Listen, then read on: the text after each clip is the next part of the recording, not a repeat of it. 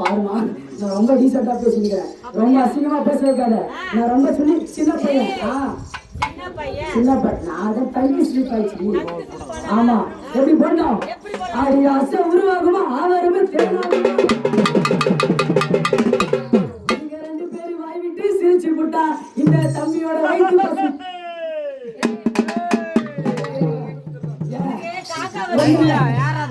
துணியை கூட வந்து கொடுக்குறேன். ரெண்டு பேரும் சரியில்லை நீங்க. நானும் பொம்பளைங்கிறாங்க, ரொம்ப டீசெண்டா இருந்துக்கிறேன். ரொம்ப என்ன பண்ண வைக்காத சரியா.